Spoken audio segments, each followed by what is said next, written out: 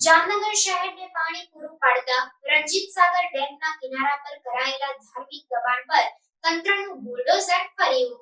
જામનગર શહેરને પાણી પૂરું પાડતા રણજીત સાગર ડેમના કિનારા પર કરી દેવાયેલા ધાર્મિક દબાણ પર તંત્રનું બુલડોઝર ફરી વળ્યું હતું।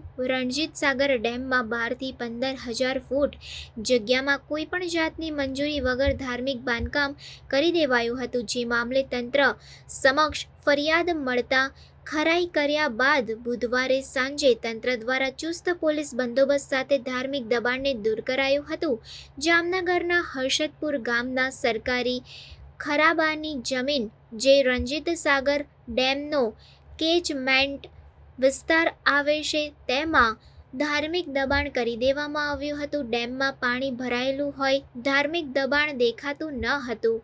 પાણી ઓસરતા ધાર્મિક બાંધકામ બહાર આવ્યું હતું, જે તંત્ર દ્વારા ચુસ્ત પોલીસ બંદોબસ્ત સાથે દૂર કરી સરકારી જમીન ખાલી કરવામાં આવી હતી। રણજીત સાગર ડેમના કેચમેન્ટ વિસ્તારમાં ધીમે ધીમે થયેલા ધાર્મિક દબાણો અંગે તંત્રને ફરિયાદ મળી હતી, જે બાબતે તંત્ર દ્વારા તપાસ કર્યા બાદ કાર્યવાહી કરવામાં આવી હતી। જામનગર એસપીએ કહ્યું હતું કે જિલ્લામાં અન્ય સ્થળો પર પણ ગેરકાયદે ધાર્મિક દબાણો હશે તે દૂર કરવામાં આવશે।